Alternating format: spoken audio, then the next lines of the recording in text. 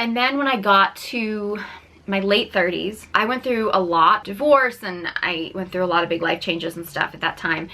And I really got obsessed with fitness and calorie counting and macro tracking, and like I like threw myself into fitness and health and diet culture. I just threw myself into that world, and to be honest, a lot of it was a coping mechanism for like what I was dealing with at the time, because the rest of my life is kind of falling apart.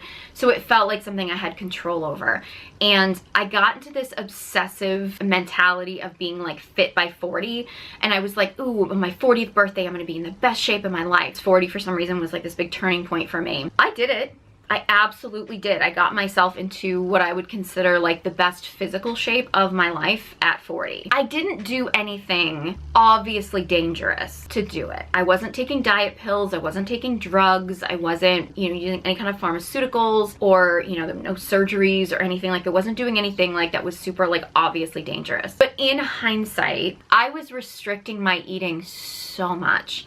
Like, looking back on it, I don't even know how I was functioning. I had like no carbs and no sugar, and I was working out 4 times a day. A lot of people don't even work out 4 times a week. I was working out 4 times a day. I would do like an hour of like lifting in the morning, and then I would do 2 like 45-minute to an hour like treadmill cardio sessions like later in the day, once before lunch and once before dinner. And then usually before I went to bed, I would do like a yoga, which was sometimes just a stretch, but sometimes it was pretty intense. So yeah, like 4 times a day. Weight fell off of me. I'll be honest, I loved the way I looked. It was never quite good enough, because that's something that you learn when you go through this process. It's never good enough. It never gets to be enough, and I'm gonna get into that. But yeah, I never really felt like good enough. But I did love being thinner. It was so much easier to buy clothes. My body felt lighter. I mean, there were a lot of good aspects to it. There were also a lot of negative aspects to it. If I took a shower that was too warm, I would get really lightheaded and almost pass out. If I sat down for, not even for an extended period of time, but I just sat down for like a little while, when I would get up, like the whole room would start spinning. Like, my blood pressure was so freakishly low that like sometimes when I would go to my doctor, they'd be like, are you even alive? Like, this is weird.